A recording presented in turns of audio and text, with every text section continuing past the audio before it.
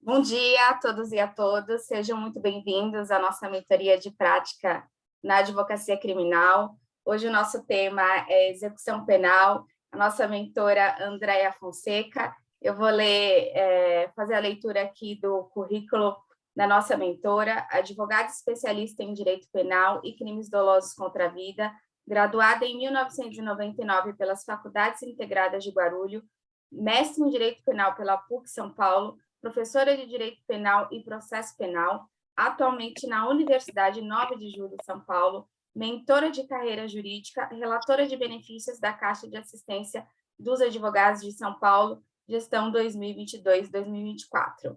Andréia, eu gostaria de agradecer profundamente a sua disponibilidade, o seu tempo, por estar aqui hoje conosco, compartilhando todo o seu conhecimento em prol da advocacia de forma gratuita. Nosso muito obrigada. Antes de passar a palavra para a doutora Andréia, eu gostaria de agradecer a presença da doutora Roberta, diretora da ESA, Escola Superior de Advocacia de Itaquera, e gostaria também de agradecer a presença do doutor Eliandro, que é o nosso diretor tesoureiro da Subseção de Itaquera, coordenador da pasta da Comissão de Processo Penal e Direito Penal, e quem dá todo o suporte aí para que os nossos trabalhos da comissão aconteça. Eu vou passar a palavra muito brevemente para o doutor Eliandro e para a doutora Roberta, dar as boas-vindas a todos.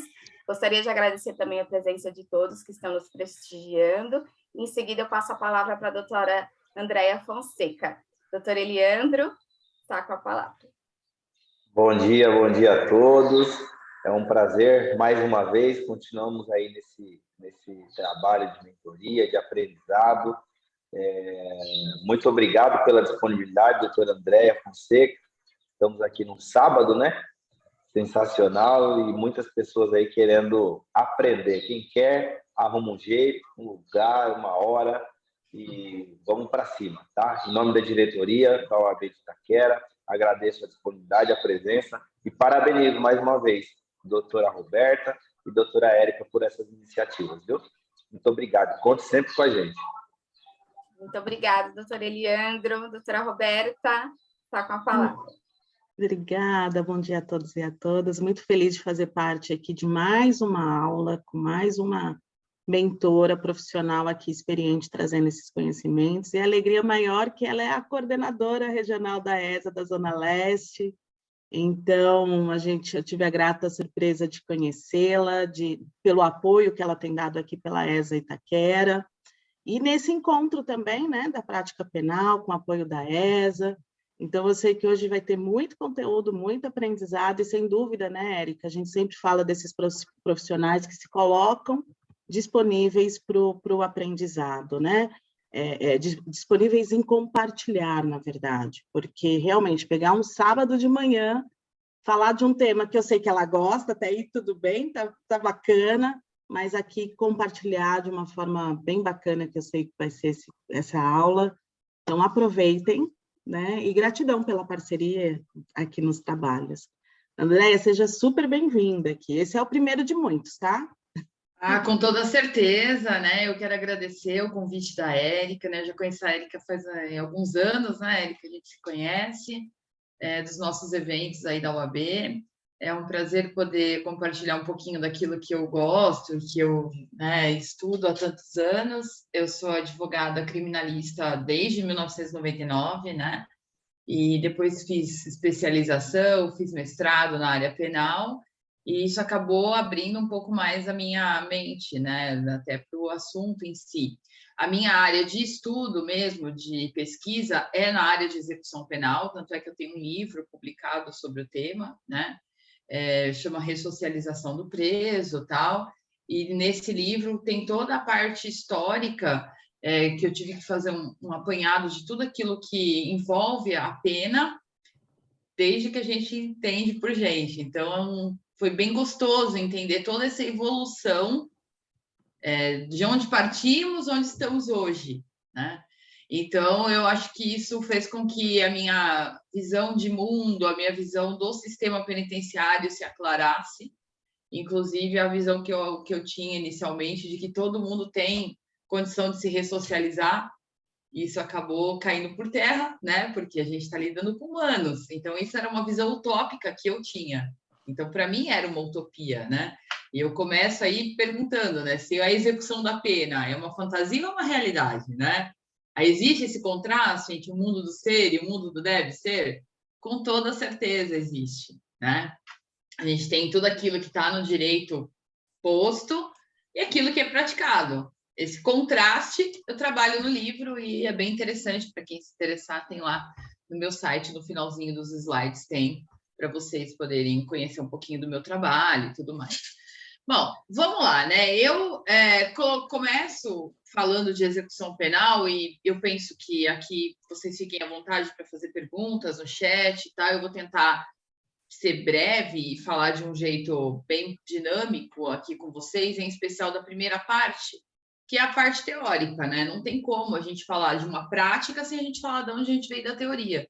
E eu percebo uma carência muito grande na graduação, não sei quem concorda ou não, a matéria de execução penal, ela é resumida em uma aula no curso inteiro. Então, assim, execução da pena é uma matéria relegada a segundo plano na nossa graduação. A gente quase não vê. Então, quando a gente vai advogar, a impressão que dá é que a execução penal, ela é uma parte integrante do processo de conhecimento, não é? É um procedimento separado, apartado, que inclusive tramita em outra vara, e é muito parecido com o processo de execução do cível. Teoricamente falando, é parecido. Porque primeiro a gente tem um título executivo, e aí com o título executivo a gente executa, não é isso? No cível é assim, eu não sou muito boa de cível, mas o básico, assim, eu me recordo. No penal é muito parecido com isso, né? Então, primeiro a gente tem a fase de investigação criminal, né? E eu coloquei isso aqui nos nossos slides, só um pouquinho, deixa eu passar aqui para o próximo. Eu tinha colocado uma musiquinha aqui, mas como a gente não descobriu como faz, né? Então, eu não vou apresentar para vocês, mas... Então, nós temos primeiro, né? Quais são as fases que envolve até alguém chegar a ser condenado e responder formalmente por um delito, né? Primeiro, o Estado, toda vez que alguém transgride uma norma, né? Surge para o Estado o poder dever de punir. É o que a gente chama de ius puniente, certo? Então, quando, naturalmente, a maioria dos casos são obscuros. A gente não sabe... Não André, tá desculpa interromper. Não. Ué. Sabe o que aconteceu? Alguém estava compartilhando a tela e derrubou a que eu estava compartilhando. Vê se foi agora. Foi, aparecendo. Foi. Tá, beleza. Então, assim, o processo primeiro, quando alguém transgride a norma, certo? Vai haver uma investigação para apurar autoria e materialidade, ou seja, quem fez e se de fato ofendeu o bem jurídico protegido, se de fato há uma ofensa a um ordenamento jurídico. Então, o delegado, naturalmente, não é 100% dos casos que isso assim acontece, mas é o carro-chefe no país. As investigações criminais são presididas, via de regra, por um delegado de polícia na delegacia, em 90% dos casos. A gente tem outras formas de investigação? Tem. O Ministério Público investiga, muito embora eu ache isso extremamente contraditório, aquele que formaliza a denúncia e o processo criminal investigar, eu acho que isso não bate, mas, enfim, é autorizado, e a gente tem aí alguns inquéritos policiais presididos por promotor de justiça, tem as comissões parlamentares de inquérito, tem outras tantas formas de apuração criminal, beleza. Mas qual que é o carro-chefe? O chefe é a investigação policial formalizada por um delegado de polícia, seja ele estadual, seja ele federal.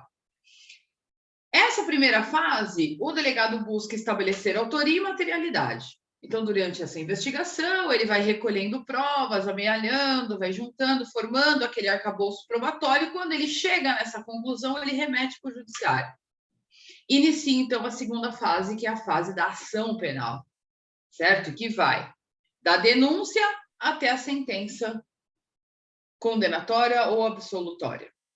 Então, essa fase da ação penal a gente chama de processo de conhecimento, que vai da denúncia, quando o Ministério Público entende que há indícios de autoria e tem prova da materialidade delitiva, ou seja, a prova de que esse crime aconteceu, aí então o Ministério Público, na ação penal pública, dá seguimento, oferece a denúncia, o réu é citado, o advogado vai oferecer a resposta à acusação, depois da resposta à acusação, o juiz, entendendo que é caso de prosseguir, agenda a audiência de instrução, debate e julgamento. Nessa audiência, houve a testemunha arrolada pela acusação, houve as da defesa, interroga o acusado, tem a parte dos memoriais orais, na maioria das vezes é oral, agora os procedimentos são unos, né? Então, a regra é que seja feito oralmente durante a audiência, pelas partes, e na sequência o juiz vai dar a sentença. Quando o juiz dá a sentença, ele faz isso com base em tudo que ele produziu ali no processo. Então, ele vai olhar se tem materialidade, se tem autoria, reúne tudo aquilo que auxiliou no convencimento dele e dá o veredito dele final. Condena ou absolve. A gente vai trabalhar com uma sentença condenatória, porque absolutória a gente não chega no meu assunto, né? Então, com a sentença condenatória, esse foi. Aqui. Com a sentença condenatória, né, encerra a fase de conhecimento e inicia o processo executivo. Agora, a gente tem um miolo entre essa fase da sentença condenatória e o início da execução. O que está nesse miolo? O recurso. Que o réu tem direito, a acusação tem direito, quando é absolvido, também ao recurso, mas a gente está nesse miolo, certo? O que acontece quando o Estado ou o próprio advogado de defesa entra com recurso e tem uma sentença condenatória? Antigamente, isso era o motivo para uma celeuma, né? Porque o judiciário era muito mais moroso do que é hoje. Hoje é demorado? É. Mas há 10, 15 anos atrás era muito pior do que é hoje. E os recursos, às vezes, levavam ano para ser julgado, mesmo o réu estando preso. E aí esse indivíduo ficava no meio de um limbo, onde ele não tinha o trânsito em julgado da sentença penal condenatória, ele não podia iniciar o cumprimento da pena, e também ele não estava na fase de conhecimento, ele estava num limbo ali de incerteza. Então, por conta dessa morosidade do nosso país, instituiu-se a possibilidade da emissão da chamada Guia de Execução Provisória. Certo? Porque, enquanto está tramitando o recurso, essa sentença condenatória ainda não é definitiva, ela pode ser alterada pelo tribunal, seja para melhor ou para pior, a depender da situação. E aí fazia o que com o réu? Não tinha o que fazer com ele, ele nem era condenado, nem era absolvido, ele estava no meio do caminho. Então surgiu, né, nos idos lá dos anos 90, anos 2000, a possibilidade da emissão dessa guia de execução provisória, para que pelo menos esse indivíduo fosse inserido no sistema prisional, pudesse iniciar o cumprimento da pena dele e pudesse fazer jus aos benefícios da progressão de regime, de saída temporária, tudo aquilo que a lei de execução permite para quem está cumprindo pena. Então, expede com a sentença penal condenatória, independentemente aí dessa questão de recurso ou não. Se ele não recorre, ninguém recorre, ela transita em julgado, sai a guia de execução definitiva. Se tem recurso, sai a provisória. E essa guia de execução provisória é um extrato, né? Não sei quem já teve possibilidade de ver, mas é um extrato que vem os dados do réu, vem escrito bonitinho ali a condenação, o dia que ele foi preso, se ele foi preso preventivamente ou não, toda essa parte de movimentação enquanto ele estava aguardando o processo, a quantidade da pena, se recorreu ou não recorreu, é um resumo daquilo que aconteceu no processo, com as principais peças dos autos, denúncia, a parte do inquérito, é praticamente o processo inteiro que vai. Extraem esses documentos, forma-se esse procedimento e é encaminhado para uma vara de execução penal. Essa vara de execução penal, qual que é a competente? Né? Como é que a gente sabe da competência para executar uma pena, se é igual àquele processo de competência e jurisdição complicado do CPP, que a gente quase fica louco para explicar aquilo na graduação, de tanto detalhe que tem, né? Competência é uma matéria difícil, tanto no civil, no tributário, no trabalhista, em qualquer área, é bem complexo, cheio de detalhe, chato. Na execução não é. Na execução a gente respira aliviado, Fala, ufa, graças a Deus, pela primeira vez na vida, eu não vou ter problema de saber quem é o juiz competente aqui. A gente tem uma vara de execução em cada município, geralmente, né, onde tem um fórum regional e tem sistema penitenciário instalado, geralmente tem uma vara de execução, se não, tem uma vara de execução que cuida daquela região. E onde o indivíduo preso estiver, lá também estará o seu processo de execução. Eu costumo brincar que o processo de execução é uma Maria vai com as outras. Onde o réu vai, o processo de execução vai atrás. Tá? E é o mesmo processo. Então, uma vez instaurado um processo de execução, ele vai receber um número e, a partir desse número, vão surgindo os demais apensos. Apenso de progressão de regime, apenso de indulto, apenso de saída temporária, apenso de roteiro de pena. E hoje, por conta do sistema ser informatizado, ele vai saindo números diferentes, mas anexos, apensos a esse principal da execução primeira que ele teve na vida. Tá? Então, ele vai ter sempre um único processo de execução. E onde ele for, o processo vai junto com ele.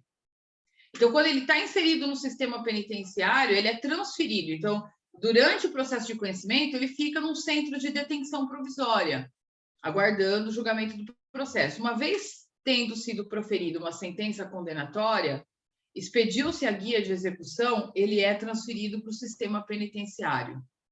Ele vai cumprir pena dentro do sistema.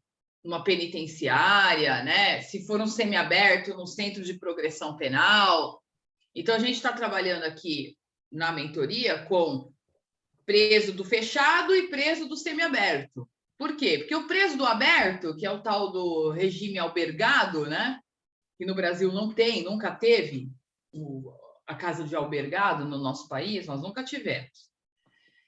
Seria um imóvel onde esse indivíduo ficaria durante a semana, né? E no final de semana ele ficaria trabalhando, tal, e no final de semana ele teria que voltar para ficar abrigado nessa casa, aos cuidados do Estado, ali aos olhos do Estado. Nunca teve essa casa de albergado. Então, hoje em dia, esse indivíduo, quando chega no regime aberto, ele cumpre pena em casa, regime domiciliar, e vai periodicamente no fórum prestar contas do que está fazendo da vida, tal. É o chamado PAD que eles falam, a linguagem dos presos. Então, a gente vai trabalhar aqui com as informações vinculadas àquele que está no sistema penitenciário, o do fechado e o do semiaberto, tá? Porque é efetivamente onde pairam as maiores dúvidas quando a gente começa a advogar. Então, eu fiz um material que tem bastante conteúdo teórico para vocês, a Érica vai mandar para vocês depois, quem quiser. Então, tem bastante coisa de teoria para vocês estudarem, mas eu vou falar, assim, livremente da prática, se vocês acharem que assim ajuda vocês e fica bom para vocês desse jeito. Né? Digam aí no chat se para vocês fica bom dessa maneira que eu estou fazendo. Se não, vocês vão me cortando, vão perguntando, eu vou alterando a forma de falar, tá bom? Fiquem à vontade, super livres aí para falar comigo. Então, uma vez iniciado o processo de execução, tudo que diz respeito a esse indivíduo, quem é o competente é o juiz da vara das execuções. O processo de conhecimento, que é aquele que apurou autoria e materialidade, será arquivado, definitivamente. Porque acabou ali a jurisdição do juiz de conhecimento. E vamos passar agora para a jurisdição do juiz da vara das execuções criminais. Qual? Onde o réu estiver preso. Então, o réu foi transferido para Presidente Prudente. A execução dele, que estava aqui no DECRIM de São Paulo, sai daqui e vai para a vara de Presidente Prudente. Eu preciso, como advogada, fazer alguma coisa para que isso aconteça? Não. Isso é automático do sistema. Então, o presídio avisa o juiz da execução da movimentação do preso, o juiz toma ciência da movimentação, manda redistribuir. Isso é, às vezes, um pouco moroso? Às vezes é. Eu posso adiantar isso? Posso. Eu tomei conhecimento que o cliente foi transferido, eu já faço uma petição no processo de execução e comunico o juízo. Excelente, considerando que o acusado foi transferido nessa data para a comarca de Sorocaba, requeiro seja a execução dele transferida para aquele foro. Você pode fazer isso? Claro que pode, porque você vai movimentar a máquina de um jeito um pouco mais rápido, o juiz vai perguntar para o presídio se a informação confere, o presídio vai mandar por e-mail, confere, nós transferimos e ele manda o processo para lá. Quando isso era físico, era uma demora do caramba. Vocês estão chegando novo agora na advocacia, vocês não têm ideia do que nós passamos. Vocês não têm ideia, tá? Era um inferno, porque assim, era que alguns clientes, né? Às vezes eu chegava lá no fórum para olhar a execução, o cara falava assim para mim: qual a pence que a senhora quer? Quando ele falava isso, eu já falava: putz, grila, não acredito. Eu falo: por quê? Tem muita coisa? Aí o rapaz mostrava a última partilheira, né? Ah, é aquela partilheira inteirinha ali, doutora. Aí eu falava: senhor, né? Aí você fala: puta, o cara tem uma ficha muito corrida. Não, é porque são vários apensos, cada execução nova, né, de uma condenação nova que ele recebe, agrega um processinho a mais, apenso aquele principal, sabe? Aí vai fazer um pedido de indulto, vem mais um, vai fazer um pedido de progressão, vem outro, porque é tudo individualizado, mas dentro da mesma base daquele número de processo. Então, era um horror. O cara falava: qual deles que a senhora quer? Quer o roteiro de penas? Ele pegava só aquele, porque era um monte de coisa. E agora, André, como que é isso? Agora é tudo informatizado. Agora a vida dos nossos queridos advogados que estão saindo da faculdade é vida Nutella, né? Colorida, com MM por cima, da casa dele, o cliente pergunta, só um minuto, descobre tudo em 2, 3 cliques, né? Na minha época, você tinha que ir lá no fórum, a família tinha que pagar a diligência para você ir lá no fórum do Presidente Prudente, por exemplo. Em 20 e poucos anos de advocacia, eu rodei o interior de São Paulo inteiro, né? Eu conheço muitas cidades do interior graças a essa movimentação. Quando a família tinha condições de pagar a diligência, eu ia para aquela cidade para olhar o processo. Quando não, você tinha que pagar um correspondente naquela cidade para poder tirar cópia para você do processo. Hoje não precisa de nada disso. Com 2 cliques eu descubro onde está, baixo o processo inteiro, consigo falar com o cliente por videoconferência. Isso foi uma outra maravilha que a pandemia trouxe para a gente, né? E eu vou meio que falando assim de tudo um pouquinho, vou dizer de novo, se vocês se incomodarem, me avise, né? Eu sou muito autônoma assim para falar. Hoje você não precisa mais se deslocar até o presídio por conta da pandemia. Tem advogado que ainda prefere ir no presencial. Então, às vezes, se eu estou com muita urgência de falar com o meu cliente, e eu mando e-mail para o presídio, e o presídio fala para mim: olha, doutora, eu só tenho para, sei lá, daqui 10 dias, e a família está com muita pressa, eu vou presencial, né? Mas eu cobro uma diligência para isso, tá? E quando que a gente fala isso para o cliente? Gente, desde o começo da contratação, sejam muito transparentes com questão de dinheiro com os clientes de vocês. Tá? Geralmente é a família que vai te contratar, eles vão ter que se programar, os processos criminais, a tabela, o valor mínimo, geralmente é um valor um pouco elevado para qualquer bolso, né? Então, vocês imaginam para a massa da população carcerária, que é uma massa pobre, né? Então, assim, para eles contratar um advogado para tentar ajudar o parente que está ali naquela situação difícil, não é fácil. Então, eles precisam saber sempre de tudo. E para a gente, é o nosso trabalho. Com o preço que estão as coisas hoje em dia, não dá para eu, daqui da Moca, me deslocar até Osasco e não cobrar a diligência. Eu não sei como vocês fazem, mas eu não tenho mais feito pelo valor que eu cobrei para cuidar do processo. Porque não tem condição. Quando você vai a um presídio presencial, no mínimo você vai perder ou amanhã ou à tarde.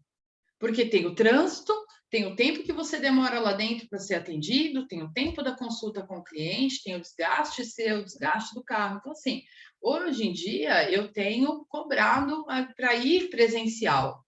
Se a família não se importar de que eu faça por videoconferência, eu não cobro.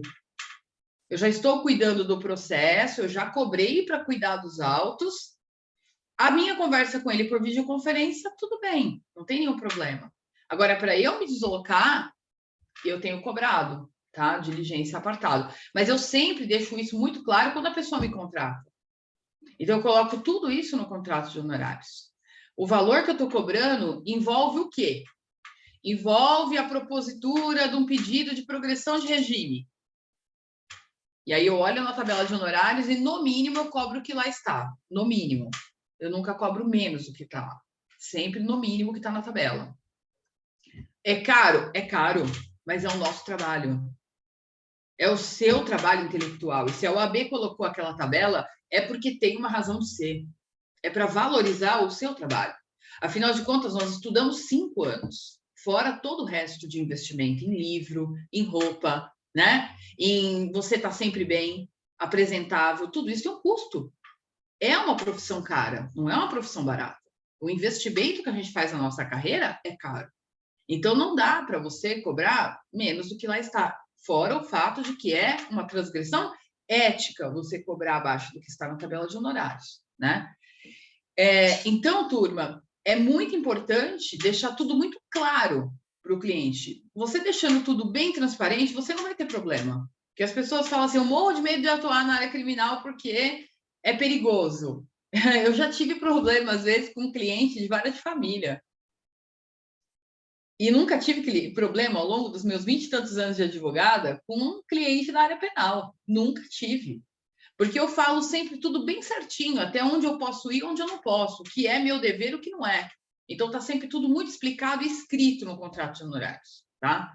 Porque se a pessoa esqueceu, eu falo, vai lá na cláusula tal, está escrito lá que eu combinei isso com você. Então, assim, deixe tudo muito claro. Então, para fazer a diligência hoje, para conversar com o preso, você não precisa mais se deslocar até o presídio. Então, a gente tem o site da SAP, www.sap.gov.sp.gov.br, o site da SAP, tá? No site da SAP, vocês vão encontrar na aba lateral unidades prisionais. Indo na unidades prisionais, você vai encontrar todas que tem no estado. E lá tem, quando você clica em cima dela, aparece o e-mail, o telefone. Eu mando e-mail para lá e peço agendamento do horário para conversar com o meu cliente por videoconferência, tá? Esse agendamento, na hora que eu faço o pedido, eu já mando a procuração, se eu já tenho, em PDF, e mando a minha OAB. Eu já mando tudo no e-mail que eu estou pedindo o agendamento, porque ele vai me pedir, então já vai tudo. Na sequência, ele me devolve com a data e horário. E se eu não posso naquele dia horário, eu respondo dizendo, esse horário eu não consigo, e eles ajustam. É um pessoal bem tranquilo de lidar. Você vai ter 15 minutos para conversar com o cliente, tá? A reclamação que eu escuto às vezes dos colegas é, sempre tem um funcionário por perto. E aí a gente, como advogado, tem direito a essa conversa reservada com o nosso cliente. Nós temos direito, sim, isso é uma verdade. Porém, eu fico me questionando assim, eu preciso criar caso por conta disso? O que eu vou conversar com o meu cliente, o que ele vai tratar comigo, é algo que vai gerar algum prejuízo para alguém? Ou o fato do funcionário, de repente, escutar o que eu vou falar para ele, vai me gerar problema? Ou vai gerar problema para o meu cliente?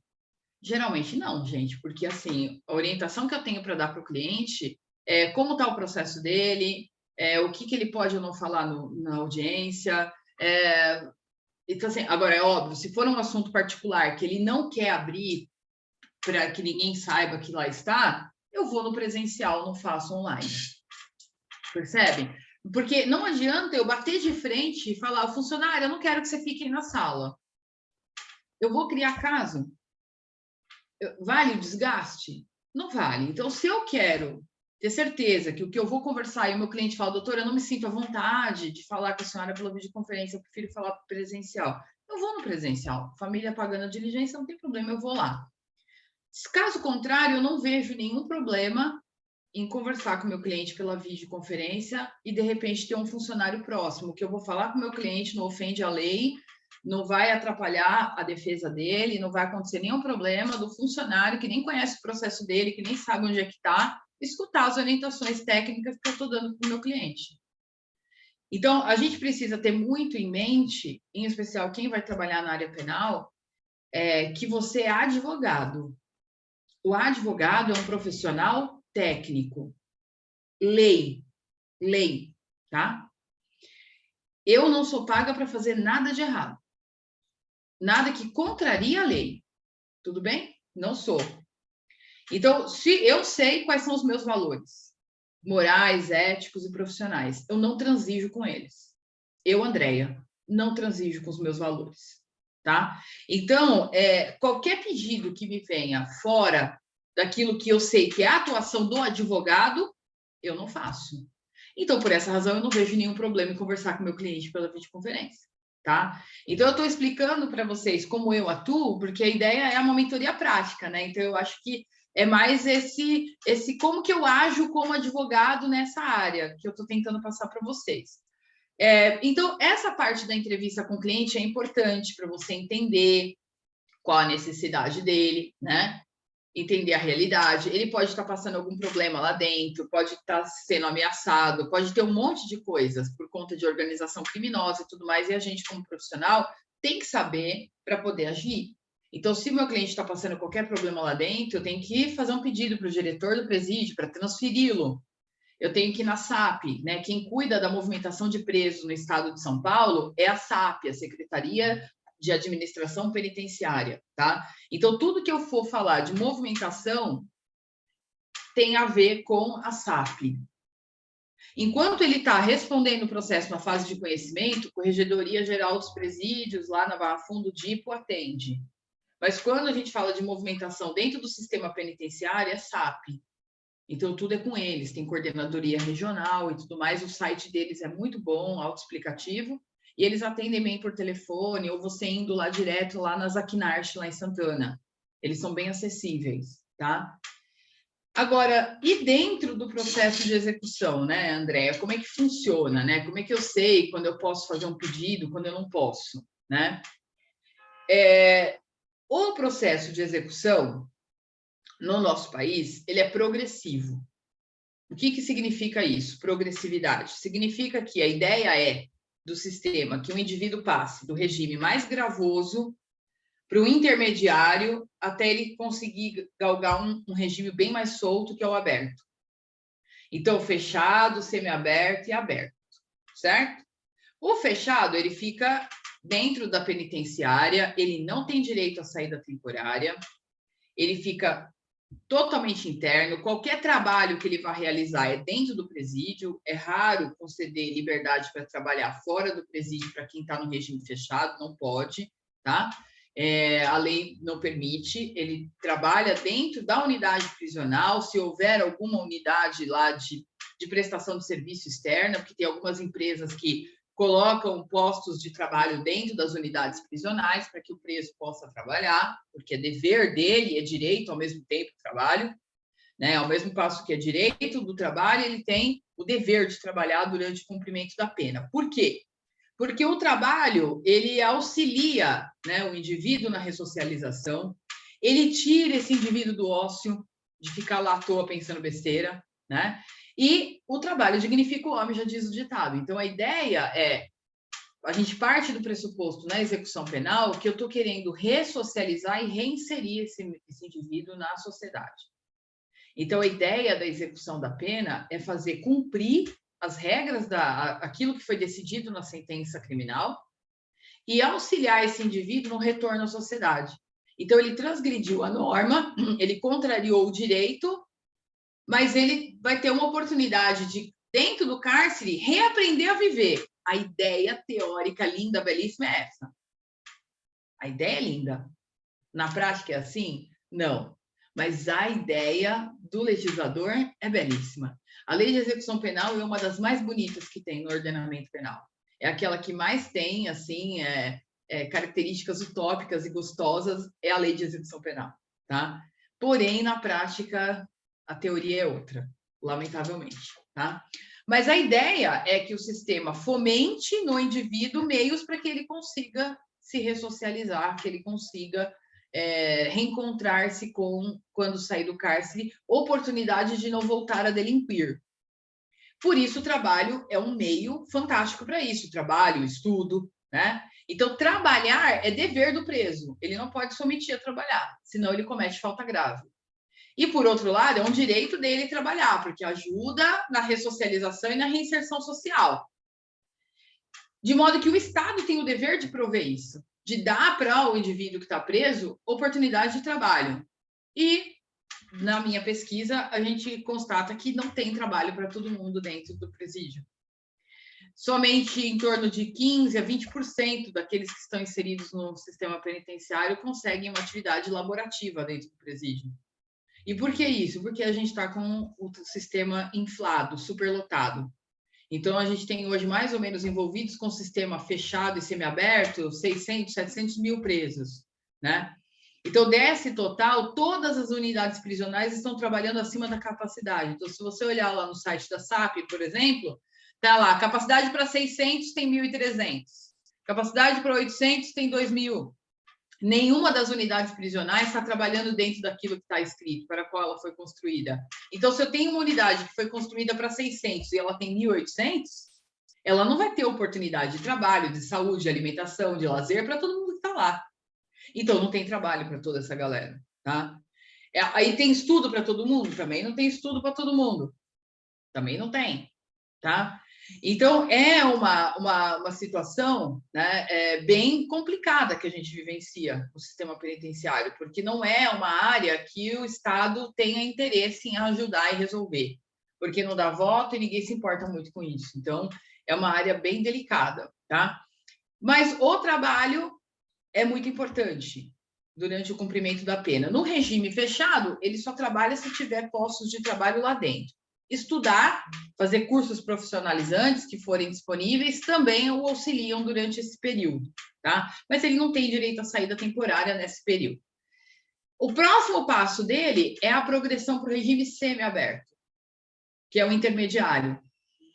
O semiaberto, ele vai ser transferido para uma colônia, um centro de progressão penal, e nessa colônia, a fiscalização é um pouco menos severa do que a do fechado, pouco menos severa, e ele começa a ter direito a saídas temporárias, que são essas saidinhas que a gente vê falar na mídia, que todo mundo demoniza, mas elas são extremamente importantes para esse período de ressocialização, porque ela permite que o indivíduo que ficou um grande período preso, recluso, sem ter contato nenhum com a sociedade, que ele saia para ver se ele tem condição de viver no meio social. E o que acontece quando ele não volta ou quando ele comete um crime quando sai? Ele vai perder a progressão que ele tinha ganhado. Ele volta para o fechado e comete uma falta grave. Então, assim, ele vai responder por isso, não é de graça. Só que qual é a porcentagem dos indivíduos que não voltam das saídas temporárias? É ínfima. Varia de 3% a 5% dos que saem na saída temporária não voltam. Só que a mídia não tem interesse de falar isso. Ela vai dizer para a gente que 3.800 presos não voltaram. Só que saíram 40 mil. Então, todos aqueles 30 e tantos mil que saíram, ficaram lá com a família bonitinho e voltaram para o presídio com as próprias pernas, ninguém dá bola. Mas vão olhar para os 3 e pouquinho que não voltaram. Então, eu estou sempre olhando ponto preto na lousa branca, né? Então, isso me revolta às vezes, porque eu falo, só quem está preso sabe o que é.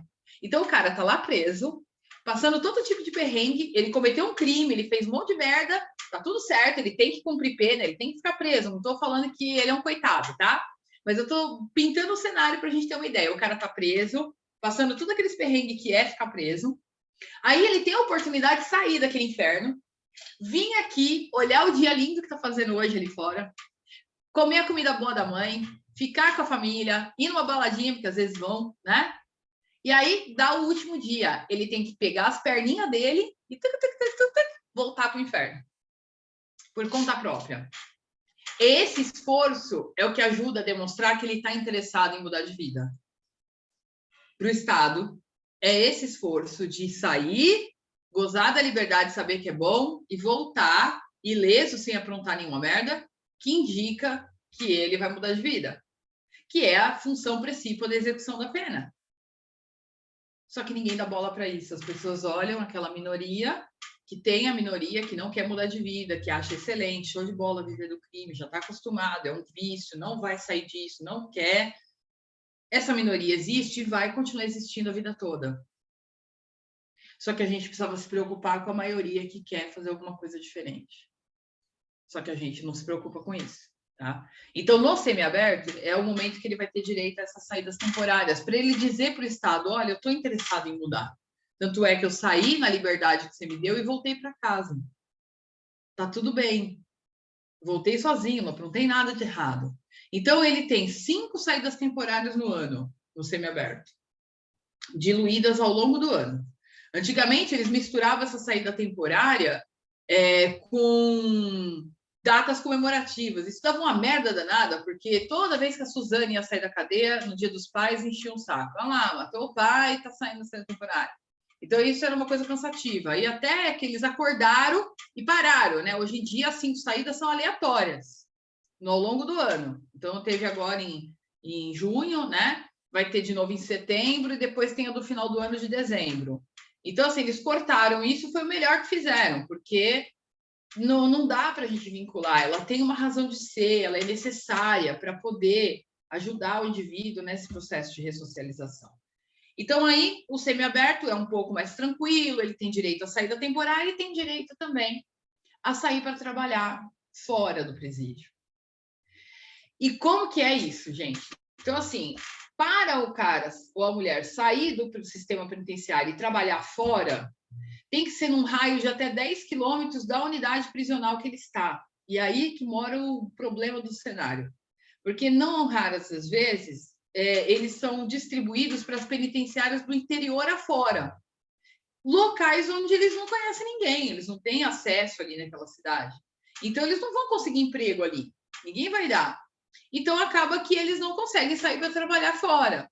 Agora, se ele estiver na cidade onde ele nasceu e tudo mais, a chance dele conseguir um posto de trabalho naquele local é maior. E aí tudo bem, porque ele sai 6 horas da manhã para trabalhar e tem que voltar até às 6 da tarde. E dorme no presídio. E como que faz para pedir para trabalhar fora? O advogado tem que fazer um pedido, né, direcionado lá para a vara das execuções, encaminhar também para o diretor do presídio, com toda a documentação da empresa que se dispôs a oferecer a oferta de emprego, contrato social, declaração do dono ou diretor da empresa, da disponibilização da vaga no nome de tal preso, certinho, com documento e tal, tá? Aí o presídio vai mandar uma equipe lá dessa empresa para constatar a existência, a licitude da empresa e tudo mais. E uma vez constatada a regularidade disso, a viabilidade, aí então autoriza o trabalho externo. Tá? O trabalho externo no regime semiaberto também pode ser em alguma obra pública, pode ser em alguma coisa dentro do presídio, mas nada impede que a família, tendo uma oportunidade de emprego e se enquadrando nessa possibilidade que é próximo ao presídio ali, consiga que ele saia para trabalhar. Mas tem que fazer esse procedimento que eu indiquei para vocês. Tem que fazer o pedido, instrumentalizar com esses documentos para pedir, e aí então o diretor do presídio vai mandar uma equipe lá para fiscalizar, saber, e aí então autoriza ou não a saída para o trabalho, tá?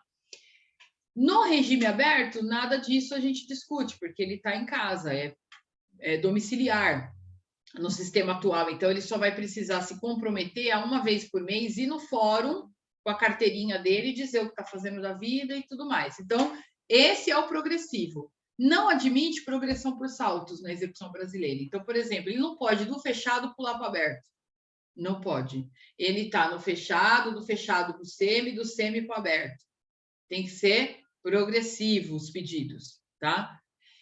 Agora, tem o livramento condicional no meio disso tudo, que está lá no artigo 83 do Código Penal.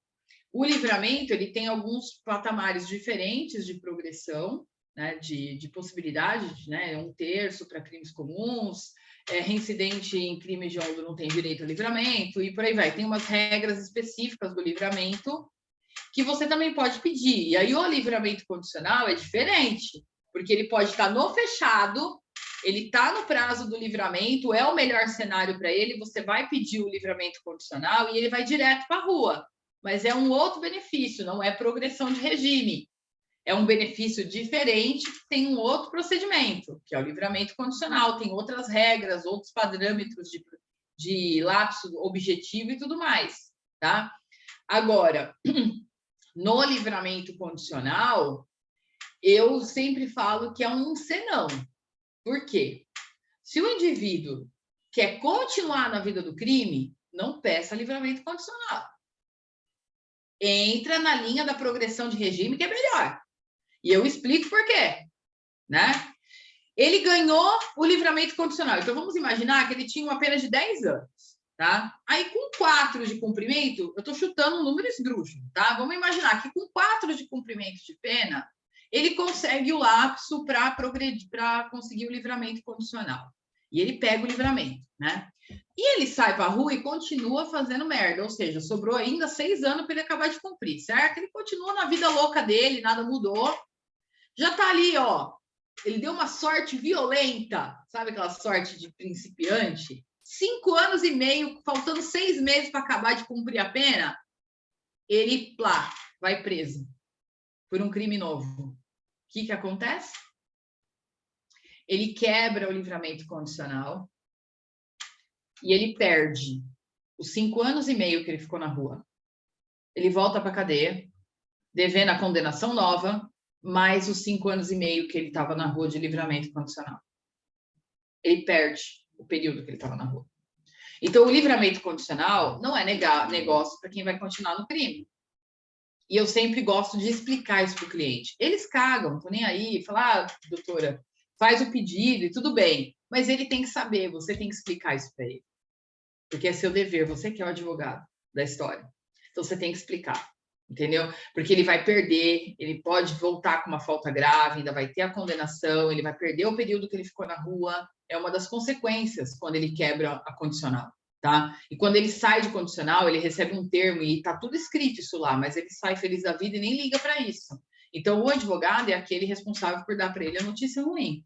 Falar para ele, tudo bem, você ganhou a condicional, maravilha, mas toma cuidado, porque se você quebrar, você volta, você perde o período que ficou para trás. Então, assim, é delicado, tá?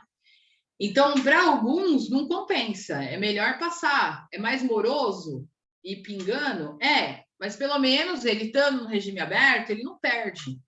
Ele volta só com o que sobrou ali de cumprimento. Ele não vai perder tudo. Então, é mais negócio, entre aspas, do que ele perder todo o resto, né? Então, eu estou ensinando alguém a fazer alguma coisa errada? Não, é o que está na lei. Então, nós como advogados, precisamos orientar o nosso cliente do que ele vai fazer e vai dar uma consequência X, e se ele fizer assado, vai dar uma consequência Y.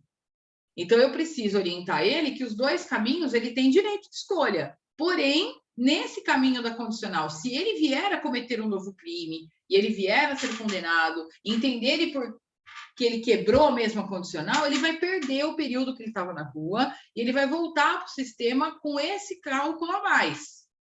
Ele precisa saber disso. Então, você, como advogado, precisa orientá-lo, certo? Então, na prática, esses são basicamente os pedidos que a gente tem. Então, progressão de regime eu tenho do fechado para o semiaberto, do semiaberto para o aberto. E onde estão os lapsos temporais para essa progressão? No artigo 112 da LEP. E aí, quando a gente fala no artigo 112 da LEP, por conta eu até coloquei aqui para vocês, por conta do pacote anticrime, a coisa ficou um pouco mais complicada, tá, gente? Então, assim, o pacote anticrime, ele alterou os patamares de progressão. Tem muita coisa aqui nos slides, depois vocês podem... como é que fala? Pode explorar aí, porque ficou, assim, modéstia às favas, é óbvio, ficou com bastante coisa legal aí para vocês consultarem se precisar, tá? O pacote anticrime, ele alterou o artigo 112 e incluiu novos patamares de progressão de regime, tá? Então, vamos lá. Aqui, ó. Né? Então, o artigo 112 da LEP, ele antes previa que a pena, se o réu era primário ou reincidente e era crime comum, ele progredia com 1/6. E se fosse um crime hediondo ou equiparado, ele progredia, após o ano de 2006, com 2/5 se for primário, 3/5 se fosse reincidente. Então, a conta era meio simples, assim, né? Então, para ele fazer o pedido da progressão, ele precisa reunir 2 requisitos. O objetivo, que é o lapso temporal, e o subjetivo, que é o bom comportamento carcerário.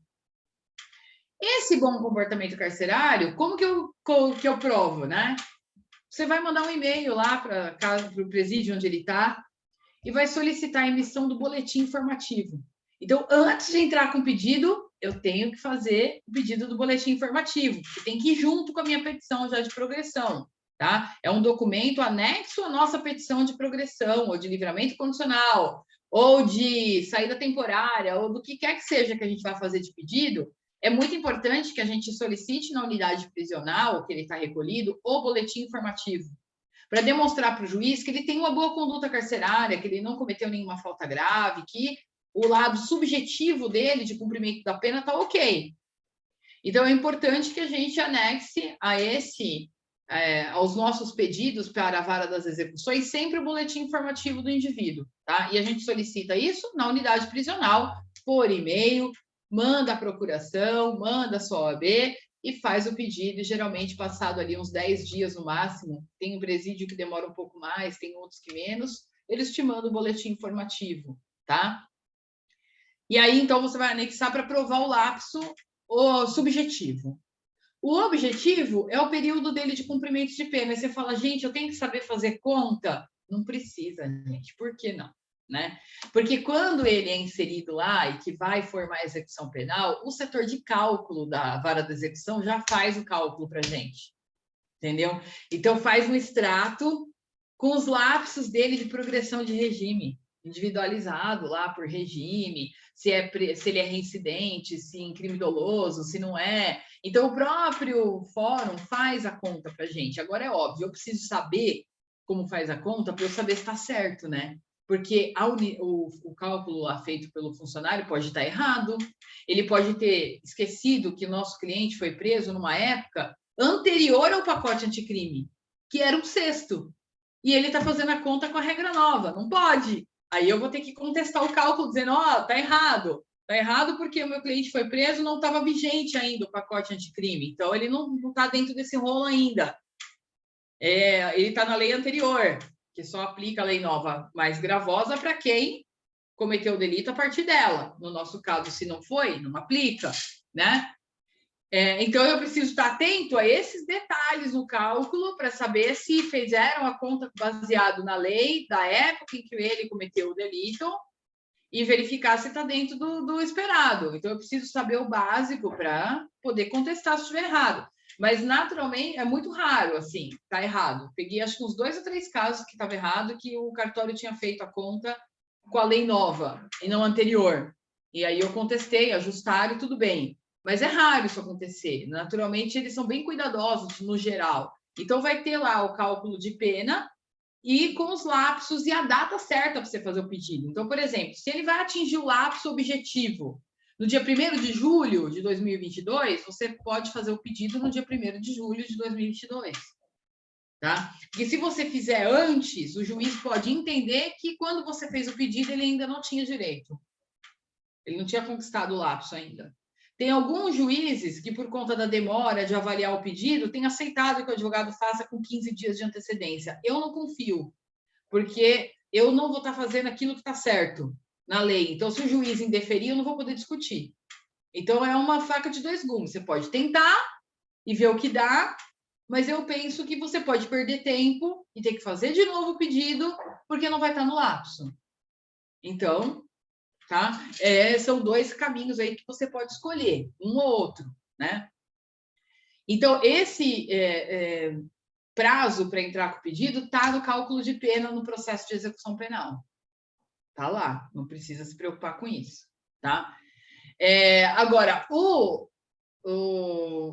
pacote anticrime, né? Ele alterou tudo isso. Então, antes era essa continha fácil que está aqui na tela, né? Então, se era crimes comuns, antes do pacote anticrime, antes, tá? Primário ou reincidente progredia com o sexto. Então, eu pego o total da pena, eu sempre faço a conta assim, eu pego o total, divido em meses, e aí eu divido pelo sexto, para ficar mais fácil, tá? Crime hediondo praticado antes de 29 de março de 2007, também era um sexto. Praticados a partir de 29 de março, porque houve uma mudança da lei, quando entrou a regra aí dos 2/5, 3/5, tá? Então, se ele praticou posterior a 29 de março, aí já primário 2/5, reincidente 3/5.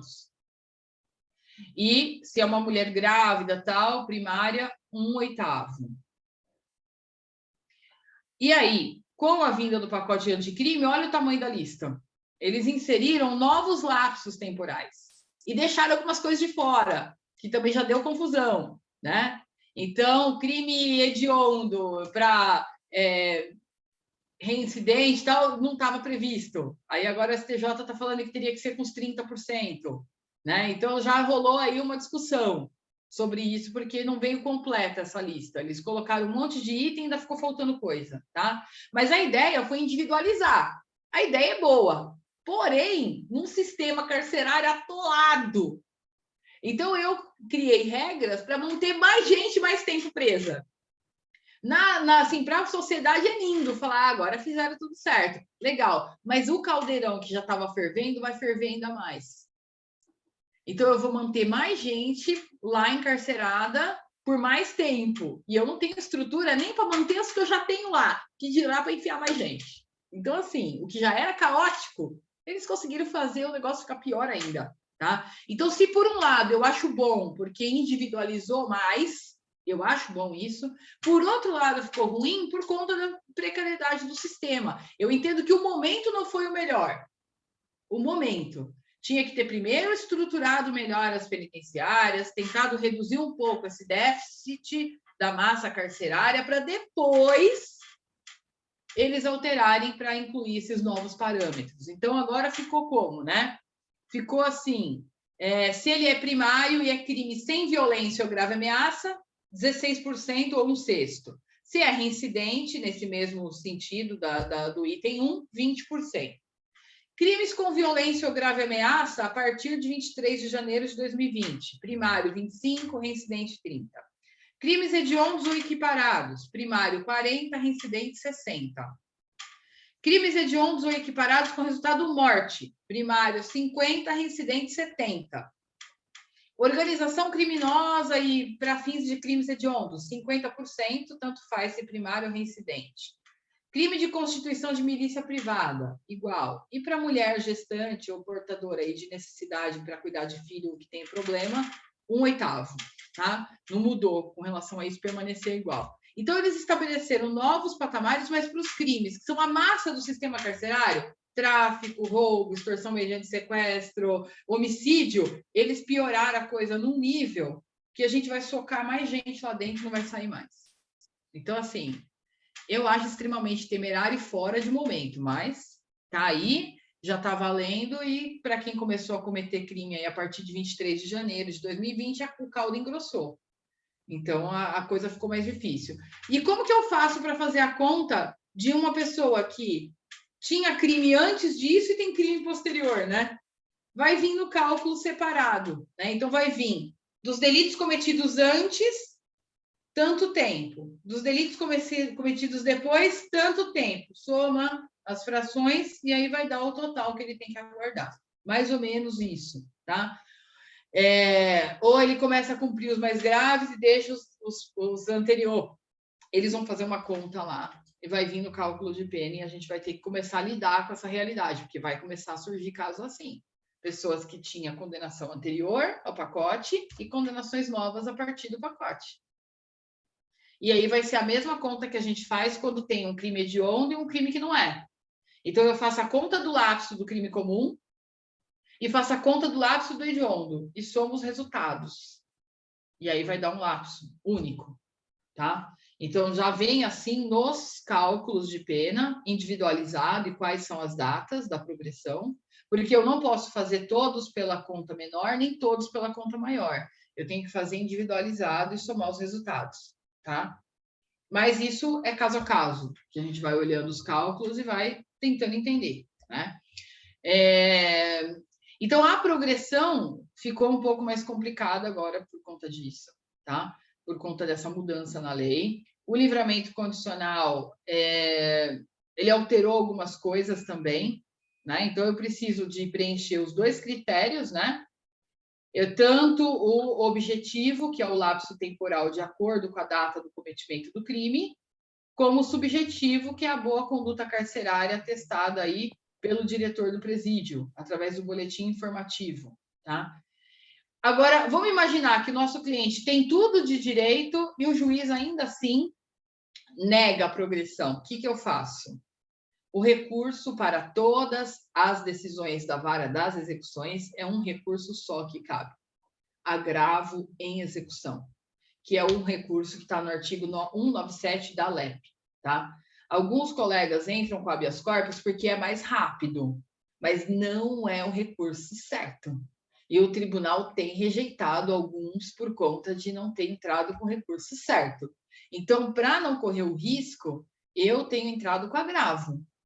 E se demora muito para julgar o agravo, eu vejo que a coisa está muito morosa fora do esquema, eu entro com HC na sequência, mas eu não perco o prazo do agravo, porque são 5 dias para interpor e 2 dias para as razões.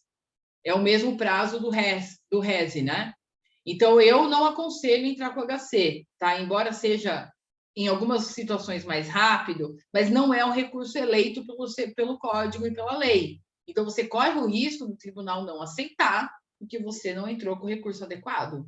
Agora, vamos imaginar um caso que o cliente só te contratou depois e já até foi o prazo do agravo. Aí, eu entendo que caberia o habeas corpus, porque você entrou, é uma situação excepcional e você não tem mesmo outro pedido, aí você entra com o HC. Mas se você é o advogado, está dentro do prazo, faz o agravo, que é mais seguro, tá? Pelo menos o que eu tenho feito nos últimos tempos, aí eu tenho agido dessa maneira, tá? Então, não basta para ele conseguir a progressão que ele atinja o tempo, ele precisa também da avaliação do merecimento, que vem através do boletim informativo, tá?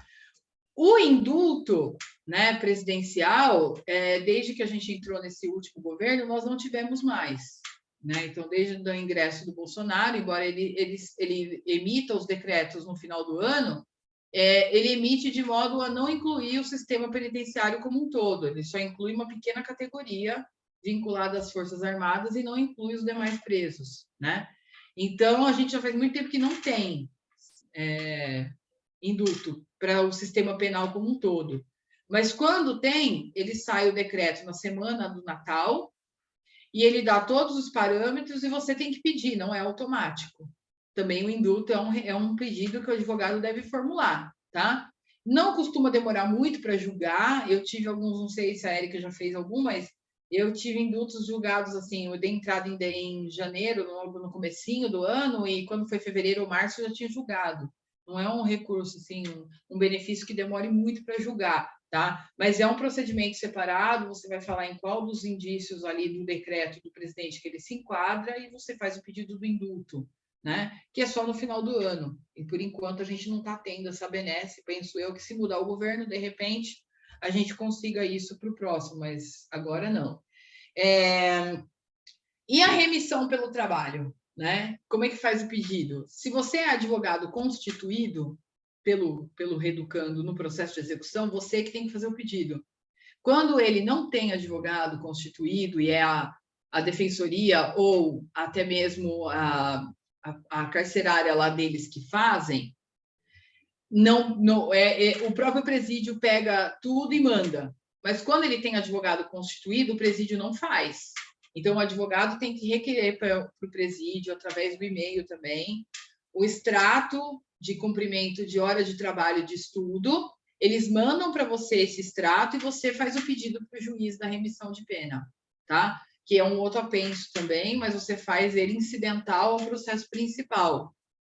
Então, a remissão também é um pedido apartado. Uma coisa que é muito, assim, legal na execução penal, e eu gosto, né, bastante, é a questão... deixa eu deixar isso aqui que eu já falo dos requisitos desse. As petições da execução penal, gente, são bem simples, tá? Geralmente tem 2 folhas, eu não sei, assim, eu sou muito prática para escrever, porque ninguém lê. Hoje em dia, as coisas que a gente escreve, ninguém lê. Então, não adianta a gente ficar escrevendo uma missa. Requisito objetivo, subjetivo, cumpriu aqui, acolá e plau. Fez o pedido, tá? 2 laudas. São pedidos mais céleres, mais práticos de fazer, tá? Não requer aquele monte de coisa de jurisprudência, não sei o quê, a não ser que seja um caso excepcional que você entenda que precisa demonstrar alguma coisa que é diferente naquele caso, aí tudo bem. Mas, no geral, são petições simples, de umas 2 laudas, tá? Eu achava que depois, Érica, se for o caso, a gente podia marcar uma mais presencial, sabe? a gente pudesse usar a lousa e fazer petições juntos, eu acho que ia ser mega legal. Porque, às vezes, eu falando não é um negócio tão visual quanto a gente escrevendo, tá? Eu sou a louca do giz, né? Então, eu acho que eu gosto de mostrar mesmo, assim, o que a gente está fazendo. Então, eu acho que era legal, para quem tem dúvida de como estruturar uma petição, a gente podia fazer uma só de estruturar a petição, né? Já está super convidada. Não era legal, né? Para a gente poder, não sei se o pessoal curte e tal, mas a gente poder fazer juntos, mostrar como que faz uma petição mais prática, outra mais rebuscada.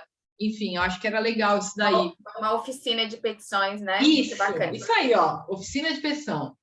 Acho que era bem vamos legal. Agendar. Sensacional, mas aí adorei. tem que ser presencial, online não dá. Vamos agendar presencial. Ia ser bem legal.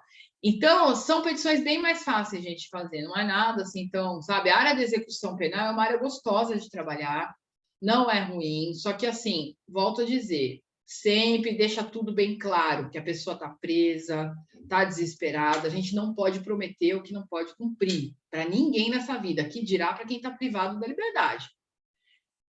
O maior erro que um advogado pode cometer é esse tipo de coisa, prometer alguma coisa que não seja eficiência do seu trabalho. Eu sempre falo para o meu cliente, o meu trabalho eu garanto, eu gosto do que eu faço, eu sou rápida, eu sou prática, o que puder fazer, que está dentro do direito, eu vou fazer. Agora, eu não tenho como te garantir que vai dar certo, porque tem o promotor que vai ler, tem o juiz que vai julgar. Então, assim, é uma infinidade de outras pessoas que vão fazer que não sou eu. Então, não existe caso ganho. Já cheguei a pessoa com uma história totalmente, assim, muito na cara, que não era, e a pessoa ser condenada. E já peguei caso que é totalmente o inverso. Tinha tudo contra a criatura e ele foi absolvido. Então, assim, como que eu prometo um resultado? Não pode, jamais, em lugar nenhum faça isso, tá? Então, é bem interessante vocês fazerem as petições de um jeito bem prático, bem simples, tá? O livramento, como eu disse para vocês, ele está tanto no 83 do CP, quanto no 131 da LEP, tá? As regras, tudo. E ele precisa cumprir o lapso de tempo e também o bom comportamento, né? E ter demonstrado que ele trabalhou, que ele fez algo lá dentro do presídio, certinho.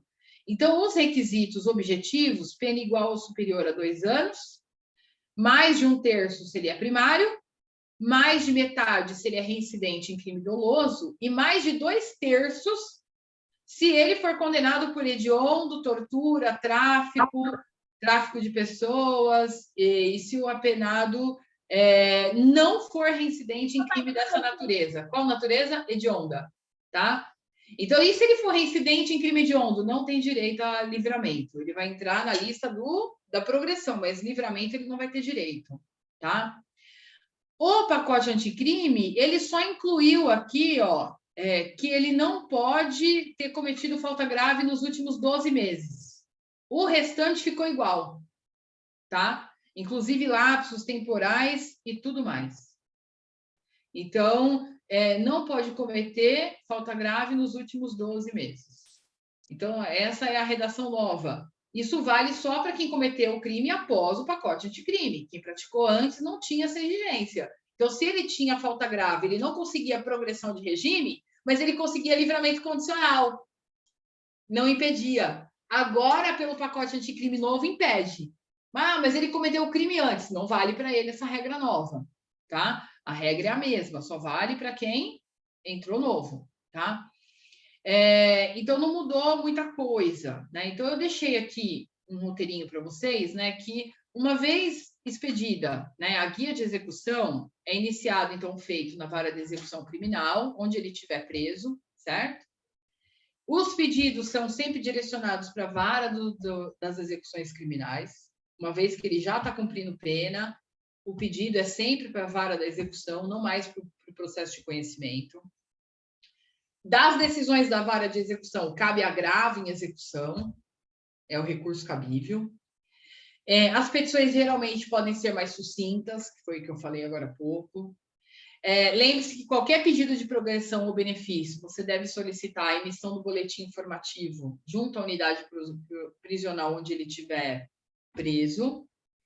Faça o pedido por e-mail, eu coloquei o site aqui da SAP para vocês, tá?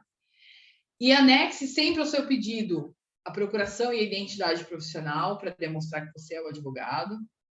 E atualmente eu coloquei, é possível a gente agendar aí o atendimento com preço por videoconferência. Aí você fala, tá, mas como é que faz com a procuração se eu ainda não tenho, né? Uma vez você vai ter que ir no presencial, ou eu já fiz isso também, quando está no interior e a família não tem grana para pagar para eu ir, eu mando pela família e eles colhem a assinatura e trazem de volta para mim. Então, às vezes está no interior, a família não tem condição de pagar para ir, nem pagar correspondente, eu faço a procuração, entrego para a família leva e traz de volta para mim assinada, ou eu mando pelo correio, né? Então, isso supre essa questão da gente não ter a procuração ainda, nesse primeiro momento, tá?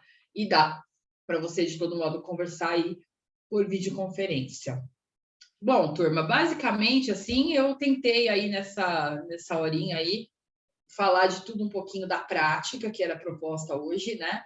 Eu usei esses 3 livros aí para montar esse conteúdo todo. Desses 3, o que eu mais gosto para execução penal é o do Alexis Couto de Brito. É muito mais prático, é bem detalhado o livro dele, vale super a pena, tá? Para quem quer comprar um livro, eu quero comprar um livro de execução. O do Alexis Couto de Brito é muito bom, eu gostei bastante, tá? De todos que eu comprei na época do mestrado, foi o melhor, foi o que eu mais usei. Então, por isso que estou indicando ele, né? E agradecer, sem dúvida alguma, aí a OAB de Itaquera pela oportunidade, agradecer a todos vocês que me ouviram. Fico aí à disposição de vocês, se precisarem tirar qualquer dúvida, quer alguma dica, algum comentário, pode me mandar um e-mail. Tem o meu site aí para quem precisar e quiser ver o livro, quer comprar, tem aí o site, né, para vocês consultarem. Meu Instagram, para quem quiser, eu posto dicas de direito penal, processo penal no meu Insta, diárias, então tem vídeo com dicas práticas aí de como atuar em delegacia, então quem quiser seguir, tá aí a minha página do Instagram, e tenho também um canal no YouTube. E tem meu e-mail, para quem falar, eu quero mandar um e-mail, perguntar alguma coisa, pode também, tá? Então eu fico às ordens aí, não sei se tem alguma pergunta, alguém queira fazer alguma pergunta pontual, mas, Érica, foi um puta prazer e eu fico super às ordens, você sabe disso, a Robertinha também.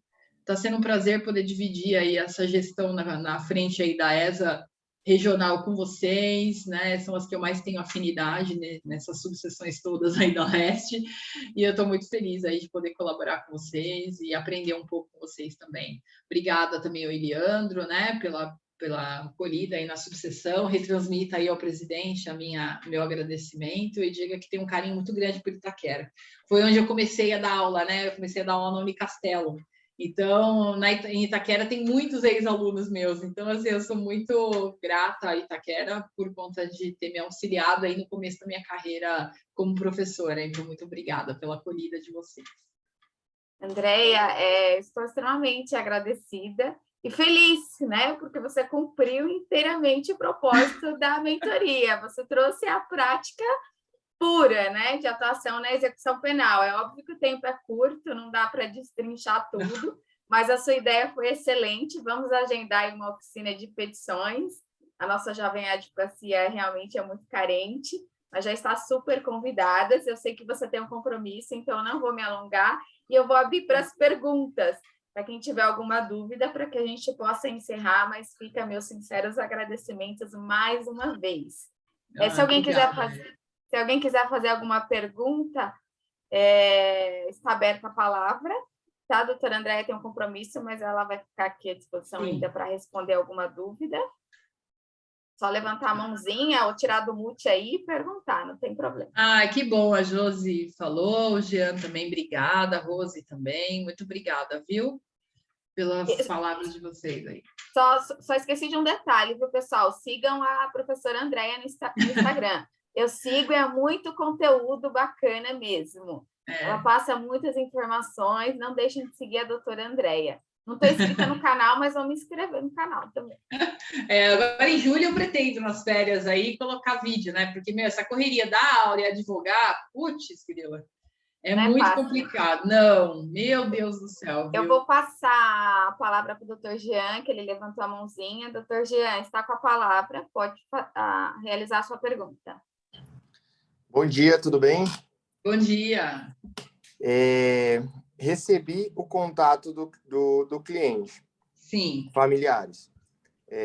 Esse primeiro e-mail que eu vou encaminhar para o presídio, eu já posso solicitar o boletim informativo, atestado de dias trabalhados, tudo em um único e-mail, para facilitar e ver tudo que eu posso fazer naquele caso, ou eu faço tudo de modo individualizado? Tem algum problema disso ou não? Então, não é que nenhum problema, Jean, mas hoje, como as execuções são todas individualizadas, para a gente ter uma ideia inicial, eu sempre olho os autos, que geralmente tem tudo lá.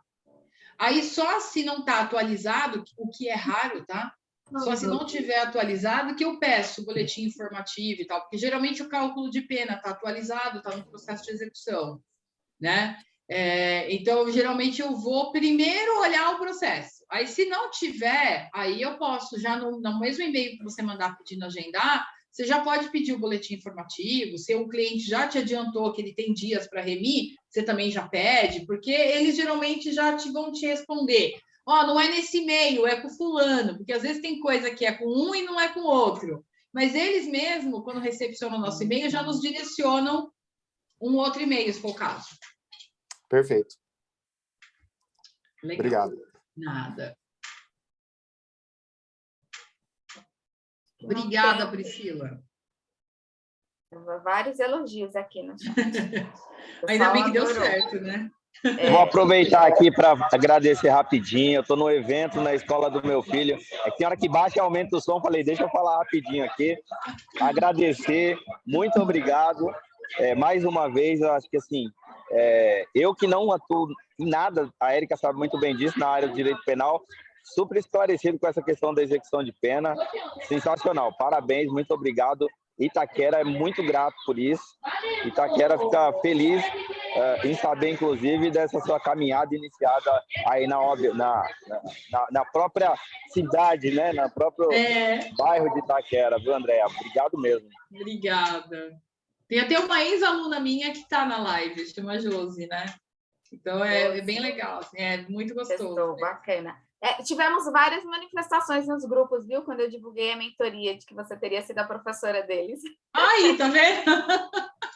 Ainda bem, é o que eu sempre falo, a gente tem que andar direito, porque depois o mundo é tão redondo, você dá de cara com a pessoa, eu sempre falo isso para os alunos, aí fala, puta, aquela professora era uma chata, não sei o que lá.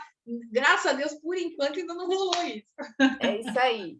Bom, não temos mais perguntas, não tem ninguém com a mãozinha levantada.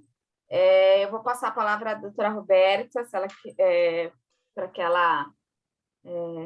fazer algum agradecimento. E aí a gente encerra a live, né? Doutora Andréa tem um compromisso, mas deixo aqui meu agradecimento mais uma vez e vamos agendar, vamos marcar a Andréa para a oficina de petições. Aí vai ser muito legal, super top. E aquela, eu já pego o gancho, Érica, para a gente fazer pela ESA. Aí, ó. Sensacional. Agradecer, realmente foi sensacional a aula, muito esclarecedora, ainda mais aqui as apresentações, né? Vi aqui manifestações do pessoal das faculdades, enfim, eu particularmente falo, nós realmente somos agraciados com muitos profissionais competentes. Obrigada, Andréa, pela sua disponibilidade. Não vou me alongar, só vou falar para o pessoal, a gente colocou aqui, sigam as redes sociais da comissão, sigam as redes sociais da ESA Itaquera.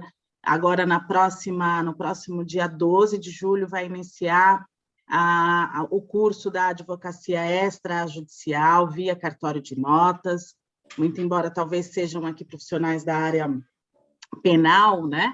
Mas sempre também pode vir outros trabalhos desenvolvidos, então sigam as redes, quem quiser fazer parte da comissão, né, Érica? A gente colocou aqui também o e-mail, e só agradecer, muita gratidão a todos que estiveram aqui, que estão acompanhando essa mentoria e vendo que realmente tem muito valor, né? Eu acho isso sensacional. Só um último recadinho, no dia 5, a nossa mentora será a presidente da seccional da OAB São Paulo, Patrícia Vanzolini. Então, estamos todos que legal, convidados. Hein? Sensacional. Show de bola. Né? Ela virá também aqui, será uma das nossas mentoras aqui, ajudará aqui no projeto. Que legal, então hein? Sensacional, né? Nós seguiremos com a Essa Érica é muito influente, ela não é fraca, viu, André? Não é mesmo, Leandro. A gente não brinca em serviço. A gente ainda segue com a programação até outubro, Andréia. Ai, que legal. Mas é isso aí. Pessoal, muito obrigada. Obrigada a todos que acompanharam a mentoria. Estão todos convidados. Sigam a comissão lá no Instagram. Quem quiser participar da comissão também, manda um e-mail. Está aí no chat o e-mail da comissão. Serão todos muito bem-vindos. E agradeço mais uma vez a participação de todos.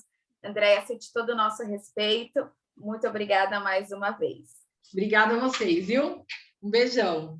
Beijo. Tchau. Bom sábado tchau. a todos. Obrigada, Érica, não fecha ainda, Iana. não, que teve gente que perguntou como que faz aqui, que pode ter entrado depois.